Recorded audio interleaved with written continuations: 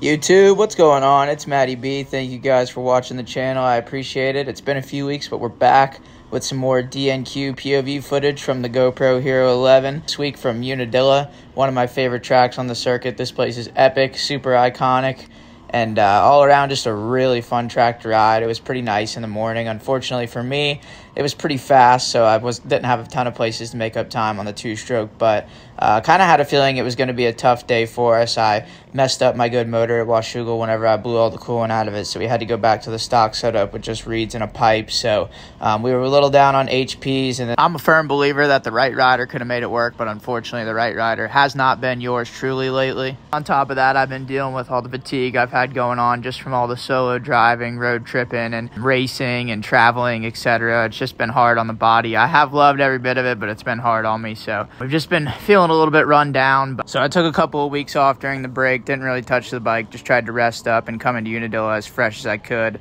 Right now you're seeing the first lap, caution flag, wheels on the ground, no jumping, nothing like that. You just get one lap to survey the course and just get your lines picked out and figure out what you're going to do for the next lap, because green flag's about to come out and it's about to be full send 30. Go as fast as you possibly can for a lap after seeing the track for a lap.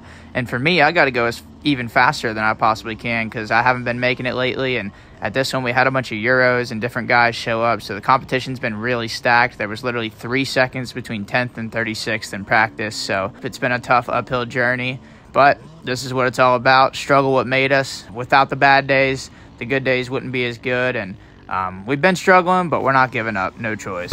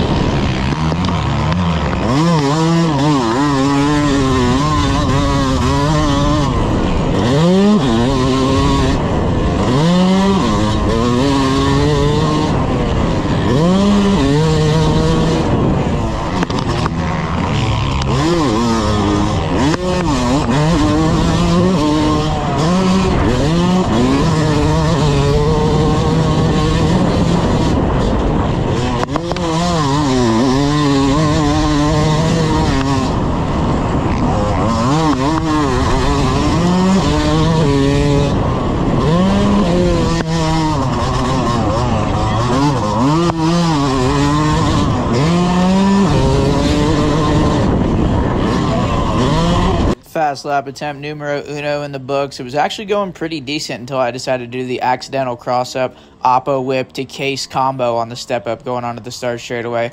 Almost took a trip straight into the mechanics area to see my lovely girlfriend up close and personal, but luckily we were able to ride out of that one, just held her wide, and watching it back now, it was even worse than I remember, and it kind of sketched me out at the time, but most of the lap was pretty clean. Made a big mistake, got bogged down up the one hill before the sky shot and cased the absolute crap out of the step-up, but for the first lap in the morning, and after having not ridden in a few weeks, I felt a little better than I had expected, and I knew we had some more in the tank. The first lap in the morning is never the best for me, so we were just going to roll around, try to find some different lines, catch my breath, and get after it for a full send next lap. Also, it was pretty cool to start that lap behind an absolute GP legend, Tano Liak. The dude has been to like 112 motocross nations in a row. The dude's an Estonian legend, and if you ask me, you'd think I'd be starting a lap behind Tano Liak would probably be at the bottom of that list, so pretty cool.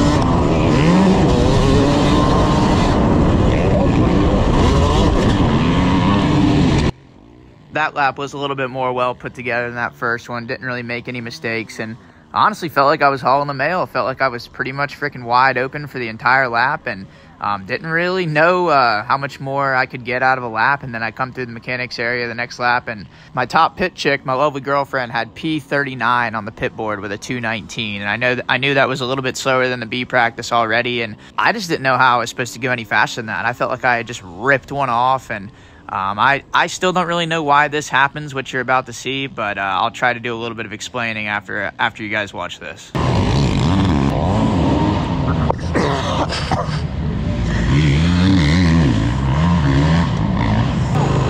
Thank you, I appreciate it.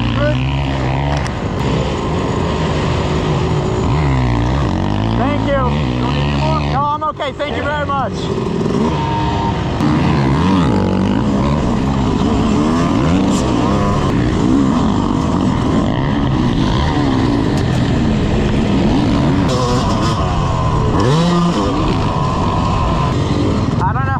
Go any faster.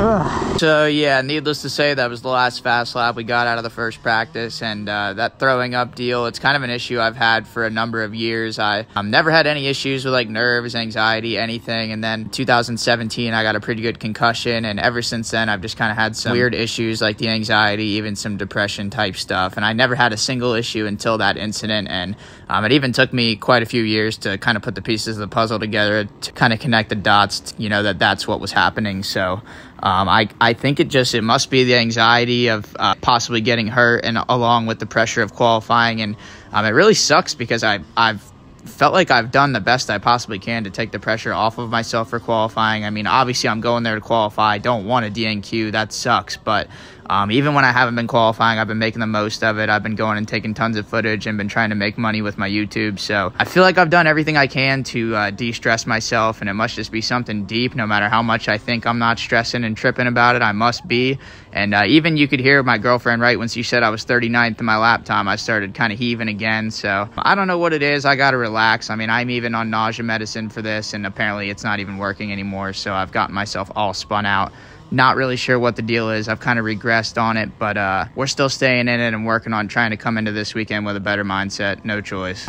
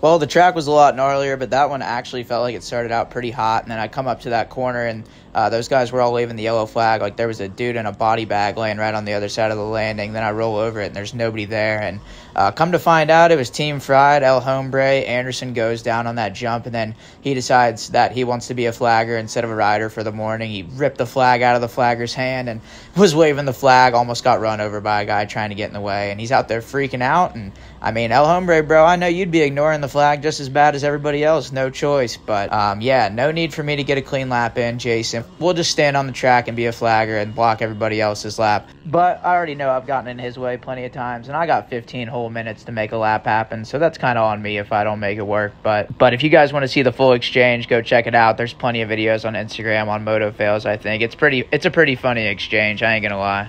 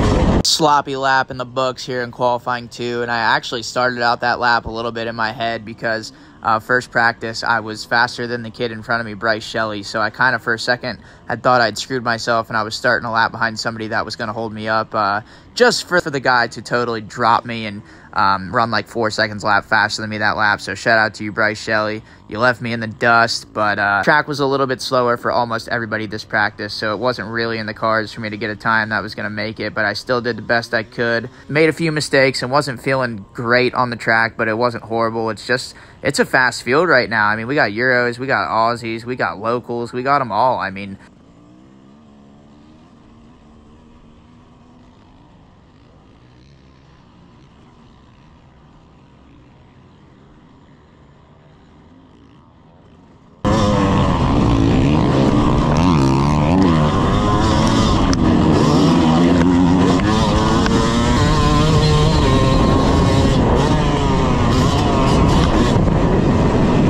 unfortunately, that right there was the last fast lap I got in practice 2. I messed up all the other ones. I just wasn't putting it together and was riding sloppy and just kept messing up right at the beginning of the lap. And my poor girlfriend was running around the infield all through the hills trying to film me, and I only did 1 lap. So she was pretty pissed about that. Got a little bit of a reaming after that second practice. But now we're back to where nobody wants to be, the LCQ, and we're definitely where nobody wants to be whenever you're on a 250 against 450s. And not only a 250, but a stock 250. So I knew it was going to be tough. The LCQ was stacked.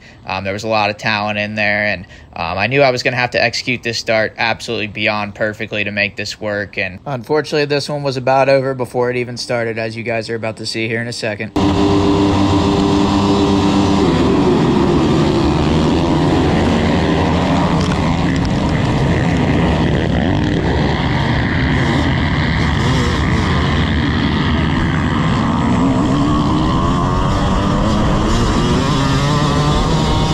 And that right there is about all she wrote as far as our chances for qualifying for the Unadilla National were concerned. It's a short 4-lap race, and there was a lot of good people in there. So I've never really seen anybody go from last to qualifying position in an LCQ, and I definitely know that I didn't have it in me to make it happen. And as you can see right now, there's just people all over the place. It's squirrely as can be back there, and you guys are more than welcome to flame me in the comments for this. I really don't care at all, but I just wasn't interested in riding around in the back with these guys. I knew I wasn't going to make it, and I've been in a little bit of a funk lately. So all those factors combined kind of led me to this decision of what I did. I pulled over, and truthfully, I kind of just acted like something was wrong with my bike just so I didn't look like I was just sitting there, and then waited to let all the guys get out of the way. And then I ended up just going and shredding by myself in the back of the pack. And again, like that's not much of a racer thing to do. Like, I'm not necessarily proud of that mindset, but I definitely wasn't going to get in, and I've been feeling like crap on the bike lately, so I figured my best chance to maybe get a little bit of that mojo back would be to just ride around by myself and just have some fun. I definitely wasn't going to qualify, like I said, and I just wanted to ride the Unadilla track, wanted to try to get some of my flow back, and I wasn't going to be able to do that riding around in 30th with the LCQ. Those guys, with all due respect to them, I'm one of them at this point, but it's kind of sketchy back there, and I just ain't into it, especially for no reason if I'm not going to qualify. So just laid back a little bit, rode my own pace by myself, threw some mediocre whips off the sky shot to just try to have some fun and just try to get that feeling back that I've been missing.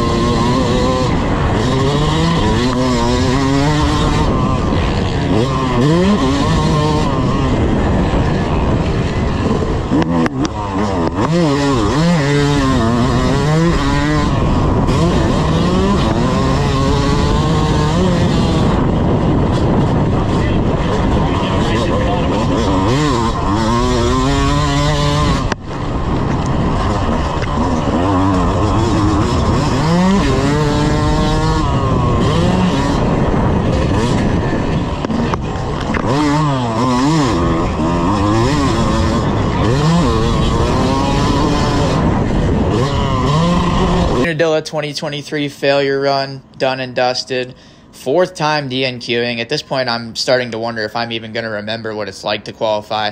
Haven't raced the motos at a national since Redbud and haven't finished motos at a national since Colorado. So considering last year I tied Sexton for the win at Unadilla, this isn't really a trajectory I'm looking to be on, but with moto, a lot of it is based off feel, and I just haven't been feeling that great lately. I've been trying as hard as I can, but just been worn down, haven't been very comfy on the bike, and just haven't been performing. So at the end of the day, there's really no excuses. Like I say, the right rider would make my setup work every time, and unfortunately, I just haven't been the right rider, haven't been riding like myself, and just haven't been making it happen. But I sure do appreciate everybody that continues to follow along with me, everybody that comes through the pit to come see the two smoke. It means a lot to me that you guys still follow along with me even when I'm sucking and not even qualifying. So thank you guys all very much. We're not done yet. We still got Budds Creek and Ironman. We haven't been feeling that great. I feel like a lot of other people may quit, but we're not quitters. We're committed. We're going to finish what we started. Come see all you awesome fans at Budds Creek and Ironman, and not ready to give up. I'm more determined than ever to put this thing back in the motos for these last 4 motos, and full send will be engaged. We're going to be twisting it, and we might have